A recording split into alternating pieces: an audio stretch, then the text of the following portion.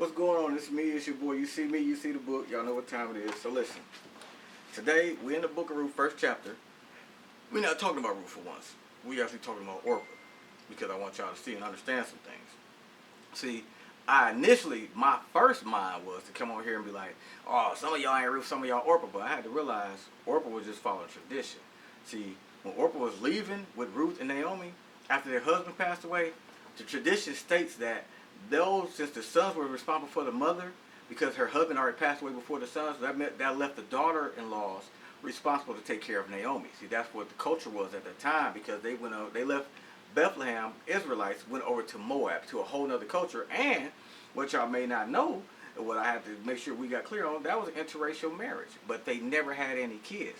So they technically broke the law, but didn't break the law because they didn't conceive behind that. Now let's get to Orpah. Because we know about Ruth. Everybody like, oh, I'm Ruth, so I need a boy. Everybody ain't Ruth. But some of y'all Orpah, but y'all realize Orpah wasn't a bad woman. See, what Orpah did was she had to realize all these years she was with this man, I guarantee you, because this is what just my own personal, from just praying and believing, that she still had a chance to get to know God, but she still adhered to her gods. See, they had different gods that they worshiped. They had different cultures and different attitudes towards things. But I feel like Ruth, during those 10 years married to whichever Mahlon or Chilon, whichever one she was actually married to, she embraced God. She embraced his spirit. She embraced his presence. And she actually saw him move. I'm not saying that Orpah never saw him move in their life, or he didn't do anything phenomenal or fantastic for her and her husband. Yet still, sometimes it's just hard to break tradition. The Bible says it's in Romans. I can't say. I think it's Romans 10 or something like that, or 12. It says, don't be conformed, but be transformed by the renewing of your mind. So you got to realize, Orpah has been in this situation where this is my lifestyle, this is my livelihood, these are my people.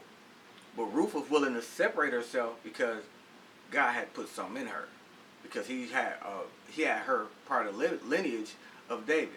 She had a plan for her. Orpah was just mentioned, but she wasn't part of God's plan. See, I want y'all to understand that. See, this is where we're going right now. So I want y'all to hold on, slow down, grab the seatbelt, put it on, embrace this. Ruth was part of the plan. Orpah wasn't. See, one of y'all wasn't ready for that. See, Orpah was allowed to go back, because had she been part of God's plan, say David was supposed to have a cousin or something like that, then Orpah would have been part of God's plan. But she actually still was, because from what I've looked up and found is that the rabbinical, I think that's how I'm saying it correctly, according to what I've discovered, I can't say it's true, y'all. It's just things that I've been looking into and digging into Orpah, because I want to know a little bit more about her. I never found out exactly who her husband was, but from what I discovered, she's supposedly Goliath's mother. The same Goliath that Ruth's great-grandson David had to fight. Now, I know. I was thinking at first, like, wait a minute, hold on. Whoa. Because if she's his mother, but Ruth is David's great-grandmother, how could that be? But at that time, we got to remember, they were living way longer than we do now. They were living probably up to still at that time, they probably still living 200 years old, some of them even in excess. So, realistically, they can still meet up, because I have to look at it from this vantage point. From me praying and to tell you what Mashana was showing me, Goliath was way older. David was like 15 years old. David was a kid when he slew Goliath. Goliath was probably, see, at that time, 60 wouldn't have been an old man. 60 would have been like Jay said, the new 20. You know what I'm saying? 60 the new 20. That's real life. That's what 60 years old would have been, or 80 years would have been in their time, in their culture. So Orpah was part of his plans, but she wasn't part of the direct plan of God. See, God had to bring people forth, so it came into the lineage of Jesus. Now, Orpah still fulfilled her purpose, but one thing I want y'all to pay attention to is that she had to go back. See, she didn't have to. She may not have wanted to, but she had to. Otherwise, Goliath would never have came. David would never have to fight him, would never have to fight him, would never have to slay him. He wouldn't have had Saul sweating him, chasing him all through the neighborhood and stuff, because like David slew 10,000, Saul 1,000, they all mad. Y'all feel what I'm saying? What I'm saying is this, ladies and gentlemen, especially ladies. All of y'all ain't going to be Ruth. Some of y'all going to be Orpah, because I have to say this, make sure y'all understand what I'm saying. Because a lot of you can be in something that's worthwhile and that's good, but you'll still go back. You can leave something, and just like Abram, it wasn't Abraham at the time. When God told Abram to leave, he left. He got up. Where we going? We out here, 5,000 G. We gone. Him and God. We on the road again. Sarai, you bring my concubines. Everybody else, let's do what we do. They hit it. Orpah went back. So what I'm trying to get to, well, not, let me make this clear. What I'm stating is this.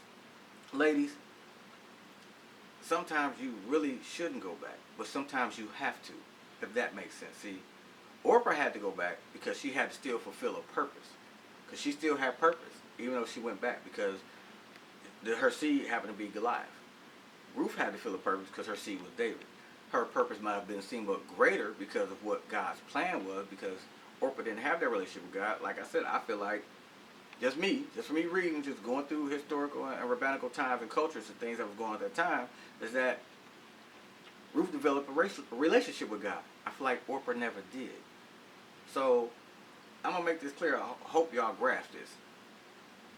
You can meet somebody and they might be the right person, but not the right person for you.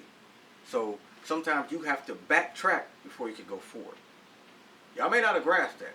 Sometimes you have to backtrack before you go forward. You see, the things that happened to Orpah, she had to go back so she can move forward, so she can mess around and meet a husband, so she can mess around and have kids. Did nobody know they're going to be giants, but you know, hey, but she had to go backwards before she could start coming forward, and things transpired the way they did. All I'm saying is this. Real cut and dry women. Everybody want Boaz, but you might not be Orpah or Ruth. I know y'all wasn't ready. Y'all wasn't ready for that, but you may not be either one. You got to think about, what do you collectively want? We always say what we want in a person. And I'm going to tell you what a person told me, the most vivid thing that I always recall. When I was writing my book, I asked a woman what was her definition of love. She said, I can tell you what love ain't. And I said, why do you say? She said, because she had someone and she experienced love at its epitome, at its peak, at its apex. The problem was when she let that person go, she started realizing what love wasn't, because she realized she didn't have this in her relationship anymore. She didn't have the familiarity or the commonality between the person. They weren't allies. They weren't friends. They weren't mutual. They didn't have companionship. So she experienced it at its apex because God allowed her to experience love. But then when she started meeting other individuals, she realized this ain't love. This might be infatuation. This might be lust. This just may be something similar. So discover what love is first with you and God. Then it's easier to discover what love is for you and somebody else. See, if you build this one will grow too. But this one here, this here, this you know, the up, down, up, down, up, this one, that's what's going to make the difference between these two. Listen, it's your boy. My time is up, but I got to let y'all know I always love those people. In real life, think about that for a minute. Just because you backtrack don't mean you can't come forward. So I'm not saying Orpah's a bad woman. She still had a purpose and things to serve. I'm not saying you're a bad woman because you may have went back to somebody that may not have been the relationship you wanted to have, but you were familiar with it. So she went back to familiarity. Sometimes change is good. Sometimes you got to, like they say, step out on faith. Do like Peter did. Get out the boat. This time, don't look down. Keep your eyes on Jesus. It's your boy. It's always love. Peace.